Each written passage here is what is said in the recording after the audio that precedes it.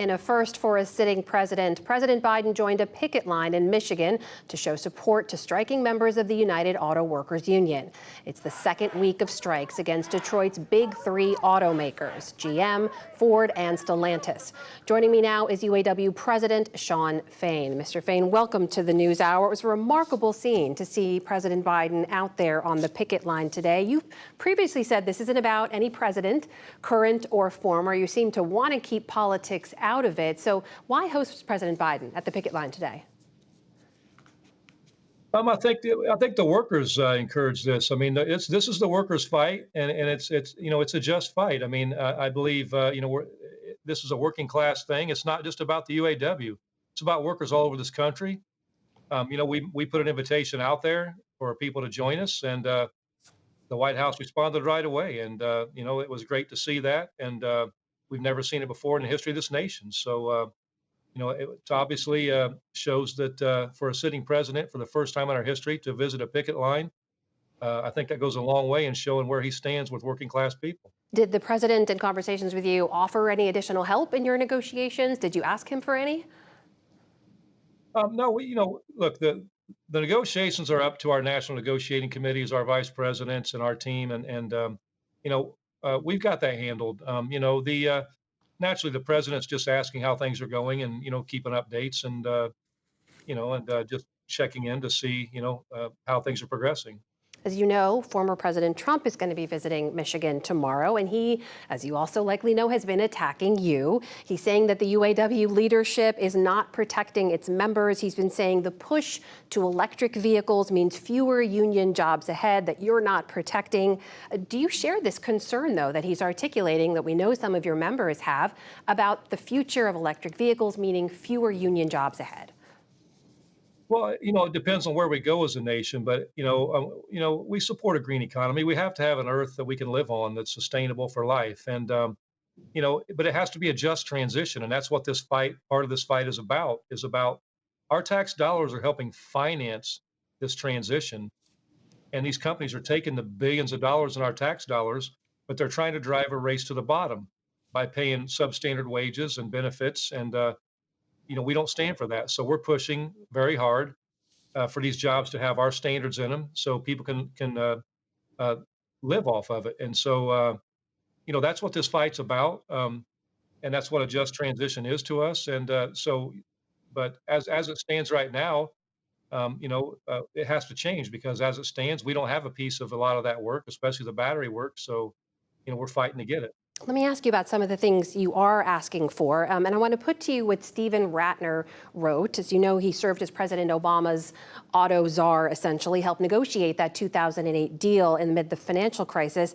And he says, yes, absolutely, auto workers deserve a pay raise, but they're not going to get it. Automakers aren't going to meet your demands. He says because they can't, or if they do, he wrote recently in the New York Times, the workers are likely to pay the ultimate price. His argument is essentially that manufacturing, unlike services, can basically offset higher labor costs by just shifting their work elsewhere. So can the big three compete if they have to pay labor costs at 2 or 3 times what Toyota and Honda and Kia are paying? Well, this comes down to two words: corporate greed. And I don't know where Ratner's been living for the last 20 or 30 years, but in the last 20 years, we've made massive concessions. Everything's been done on the backs of our workers. And these companies in the big three have still shut down 65 plants. So that math doesn't add up. In the last decade, these companies have made $250 billion. The last 6 months, they made $21 billion. That's on the backs of our workers. The price of vehicles went up 35% in the last 4 years. CEO pay went up 40% in the last 4 years. And our wages went backwards. But no one cried a river when the CEOs are giving themselves 40% increases and the companies are making record profits. That's the problem here. We got to stop the fear tactics and putting this fear out there that if workers ever demand anything or they get their fair share, it's going to be the end of the world. It's just not true. Is there any long-term concern you have, though, if labor costs do go up in a union shop with these big three? That does mean they are paying higher labor costs than non-unionized shops that are largely operating across the South now. Do you have a long-term concern about the ability for them to continue competing and then employing more union workers? We have a long-term concern for the working class in general, and the workers that work in non-union shops are making a lot less than we do. So I know they're scraping to get by. This isn't just our fight. This is a fight for the working class, no matter what work some people do. And the goal here is we set the new standard and we organize those places. That's how the UAW was built. It was born out of a depression in the worst of times. Workers saw a better way of life. They joined unions, they joined the UAW, and they won economic and social justice. It was life changing. That's what created the American dream.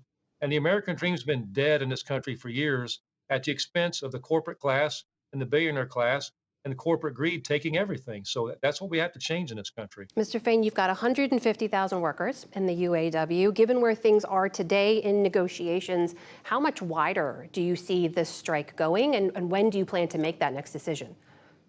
It's going to be up to the companies. If they continue to drag their feet, then we're going to amp up the pressure. So it's completely Well, up to if I may, companies. the strike widening seems to be up to you and your members. So do you have a date set for when you plan to make a decision about how much wider it may go? It will just depend on how bargaining progresses in the next few days, and as things progress or don't progress, then we'll make those decisions. And is this the kind of thing, I mean, the strike is now in day 12, is this the kind of thing you and your members are prepared to see go for weeks or months if necessary? We're prepared to do whatever we have to do to win economic and social justice. So, there's not a timetable. We don't want to be out here. The company's wasted 7 weeks of bargaining, as they have in the past. They waited till the last week to get serious about talking. We told them at the outset, we've been there every day. We expected to bargain early and get these agreements done by the deadline. They chose not to do that. They chose to drag it out.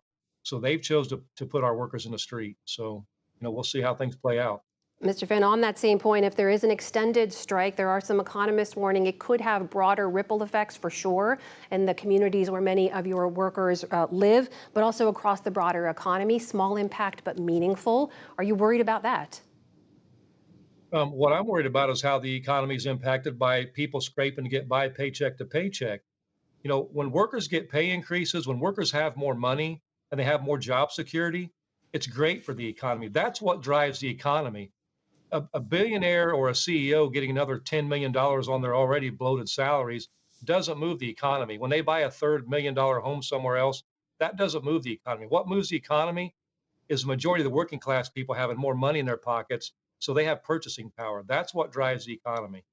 That is the president of the United Auto Workers Union, Shawn Fain, joining us tonight. Mr. Fain, thank you for joining us. Please come back soon. Thank you.